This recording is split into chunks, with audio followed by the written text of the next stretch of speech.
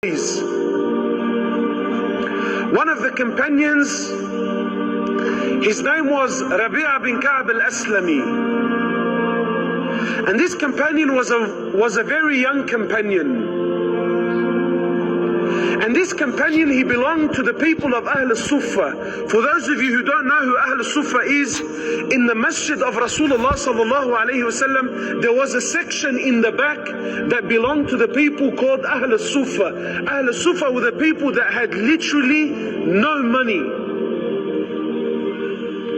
Today you and I, we say, brother, you know what, wallah, I'm doing it tough, man, I'm doing it hajar. But really, what you and I mean, as in I'm doing it tough, means I'm not driving an AMG, I'm driving my dad's Toyota Camry, you know. But for these people, wallahi, they were really doing it tough. Imagine you lived in the masjid of Rasulullah sallallahu alayhi wasallam, and you were that poor, you didn't have enough money to buy clothes to cover your awrah. Imagine you prayed in the masjid of Rasulullah and your awrah was showing. So when I tell you that these people were really doing it tough, they were really doing it tough.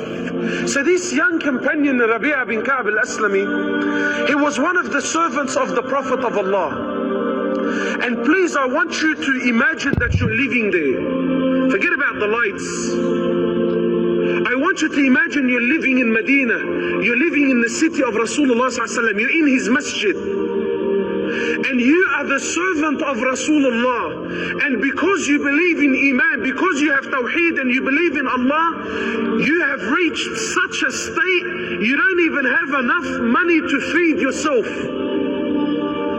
So this young companion, he was one of the servants of the Prophet of Allah. Now I want you to imagine you're him.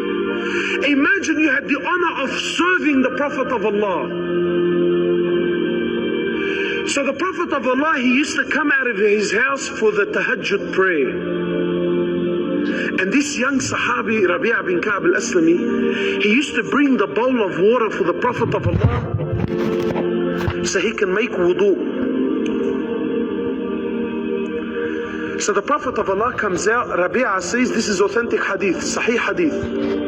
Rabi'a says the Prophet of Allah, so he goes to prepare the bowl of water for the Prophet of Allah to make wudu. Then he comes to the Prophet of Allah and he gives him the bowl.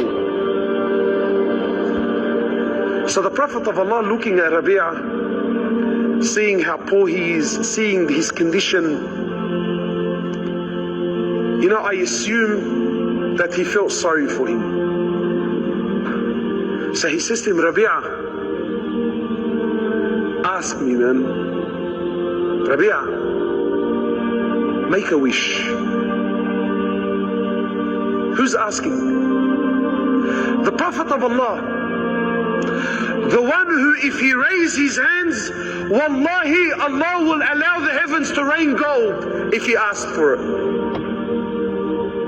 And this young Sahabi now, imagine what an opportunity. I want you to imagine, you know, some of us, maybe because the Prophet of Allah is a far stretch, I want you to imagine Bill Gates. You went to visit Bill Gates, you know, and you're sitting in his room, you're having a good conversation with Bill Gates, and you know how much money he has. So he turns around and, you know, he knows where you live, he knows your circumstances. So he says to you, brother, sister, you know what? Open checkbook, ask me, what do you want? So this young Sahabi, Prophet of Allah is asking, he says, "O Prophet of Allah, I want your companionship in Jannah." For you and I, we say, brother, I'm happy to just enter paradise. Look how these people thought, man. He says, "O Prophet of Allah, I want your suhbah, I want your friendship in Jannah."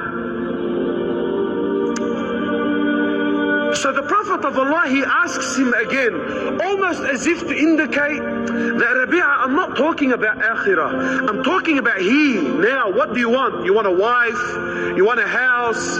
You want a... Tell me, what do you want? Make a wish. So he looks at the Prophet of Allah, he says, "O Prophet of Allah, that's all I want. He says, that's all I want, O Prophet of Allah. The only thing I wish for, the only thing that I desire, the only thing I want from this world is your companionship in Jannah. So the Prophet of Allah, he says, O Rabi'a, you've asked for something massive. Rabi'a, you need to help me. You need to assist me in your request in making a lot of sujood. Another companion, my brothers, he comes to the Prophet of Allah, and again, I want you to see the mindset. I want you to think like Sahaba thought. A man comes to the Prophet of Allah and he says, "O Prophet of Allah, when I'm with you, I'm elated. I'm flying." He says, "O Prophet of Allah, but then when I leave you and I go back home to my family," he says, "O Prophet of Allah, I start to miss you." He says, "O Prophet of Allah, I start to miss you. My heart yearns to see you." He says, "O Prophet of Allah, then I leave my family, I come back, I lay my eyes on you, and O Prophet of Allah, I find peace and happiness in my heart once more. But, O Prophet of Allah, the thought came to me, soon you will die, and I will die. O Prophet of Allah, you will be in paradise up there with the prophets, and I, if I entered paradise, I will be down there, yani in the lower levels." He says, "O Prophet of Allah, how can Jannah be Jannah if I'm not with you?" For one of the very few times, the Prophet of Allah was speechless.